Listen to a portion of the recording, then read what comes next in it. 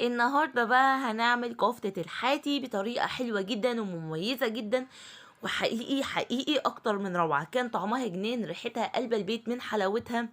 بجد حاجة كده من الاخر. اوعوا تشتروها تاني من بره واعملوها بالتكات دي والتفاصيل دي، هتطلع معاكم اكتر من روعة، وكمان هترمي معاكم كمية كبيرة جدا، يعني هتوفر معاكم بمعنى الكلمة. متنسوش بقى تحطوا لايك واشتركوا في القناة، وتعالوا نبص على المقادير مع بعض.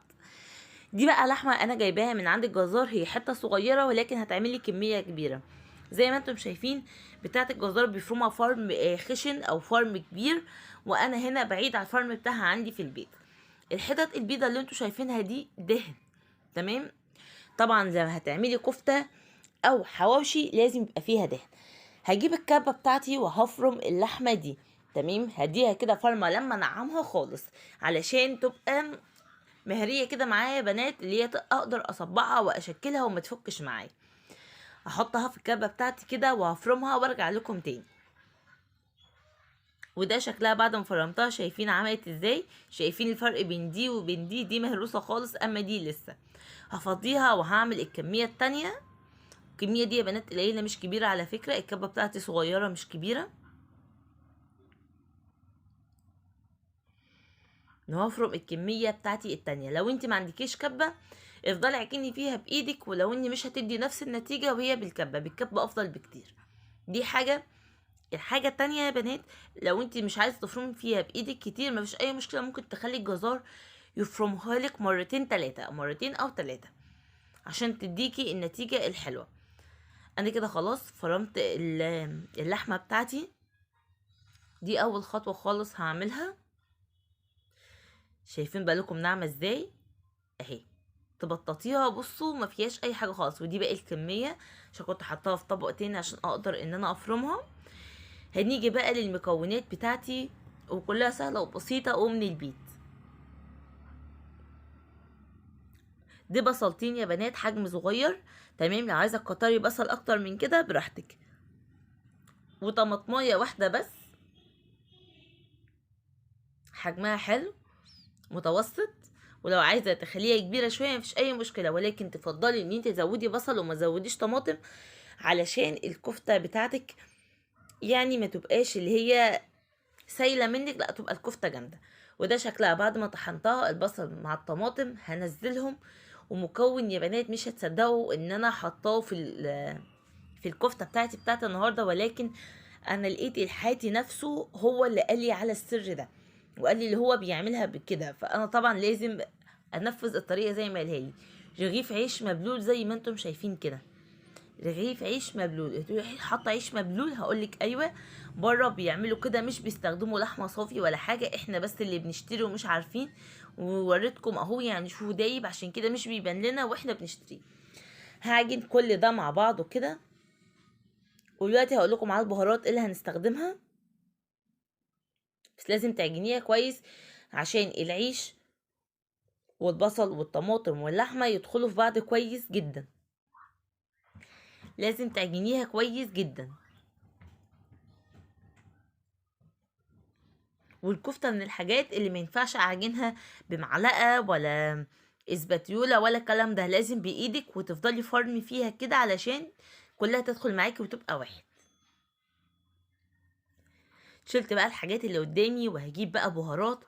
هحط قرفة وهحط بهارات كفتة، وهحط كمان ملح وفلفل وكمون ورشة من جوز الطيب، وشوية صغيرين خالص من بهارات اللحمة ورشة من الزعتر. البهارات دي كلها هتديكي طعم حلو جدا، بس اهم حاجه ما تكتريش. وشويه من البابريكا، بس اهم حاجه ما تكتريش. يعني ايه ما تكتريش؟ دول كان اخر شويه بابريكا عندي، يعني ما تحطيش كميات كبيره من البهارات. كل حاجه من الحاجات دي بنحط حاجه كده بطرف المعلقه. اما الملح حسب الرغبه، يعني حط الملح زي ما انت عايزه. بتحبي الاكل ملحه خفيف او ملحه تقيل او مظبوط، حط الملح حسب رغبتك. وشويه صغيرين برضو من الكركم، وهتاكلي احلى كفتة حياتي بجد. كان طعمها والله وريحتها قلبين البيت. وفي الاخر كمان هنعمل لها حتة الفحم بتاعتنا، اللي هي زي كفتة الحاتي بالظبط، عشان فعلا مش هيعرفوا يفرقوها عن بره.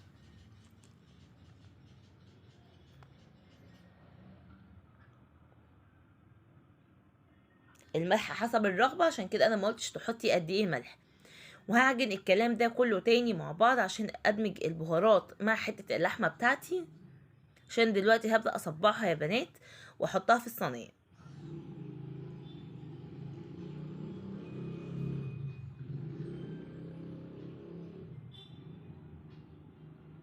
شايفين اللحمة مش جامدة معايا قوي ومش سايلة معايا، سمكها مظبوط. واللي ظبطها كده هو رغيف العيش المبلول، اللي بيخلي اللحمة مش ناشفة او مش قافشة معاكي، وفي نفس الوقت مش طرية خالص، مخليها معاكي كده. بجد كانت حاجة مفيش احلى من كده.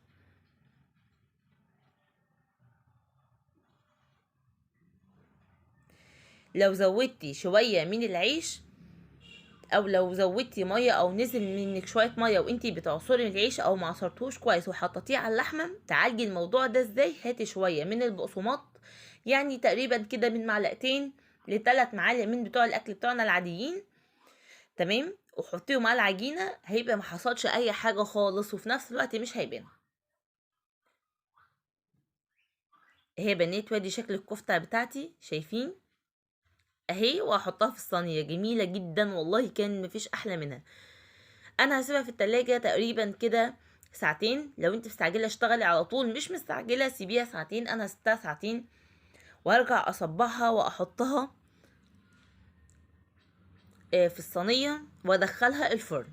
وما تخلص هحطها تحت الشوايه تاخد لون. انا كنت صبعتها وحطيتها اهوت، دي واحده طلعت من الفرن والتانية لسه هدخلها الفرن اهو، شايفين؟ والكاميرا والله كمان ظلمه من حواليها. شايفين يا بنات بتتهز ازاي كده زي بتاعه الحاتي، مش ناشفه. شايفين شكلها من جوه مش مكتومه ولا حاجه، هشه وجميله جدا جدا جدا. اتمنى بجد ان انتوا تجربوها وتقولي رايكم في الكومنتات. جبت طبق عندي هحط فيه الكفته،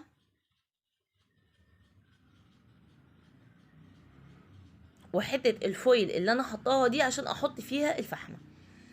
حاطه حته فحمه طبعا عندي على البوتاجاز عشان اديها نفس الطعم والريحه بتاعه الفحمه. عشان بقى كفته حياتي مش عاملين بقى كفته حياتي، يبقى نكملها للاخر. وادي حته الفحم بتاعتي هطفيها بشويه من الزيت، واغطي بسرعه يا بنات عشان البخار اللي طالع ده الكفته اللي تشربه.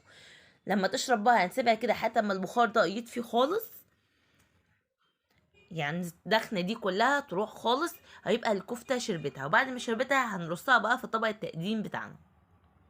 وده كان شكلها النهائي. استنيت بعد ما البخار او الدخان اللي كان طالع ده، استنيته بعد يا بنات ما خلص خالص، ورصيتها في الطبق ده مع شويه كده من البقدونس عشان نعمل لهم كده شكل حلو. ده كان الفيديو بتاعنا، ما تنسوش تحطوا لايك وتقولوا رايكم في الكومنتات تحت.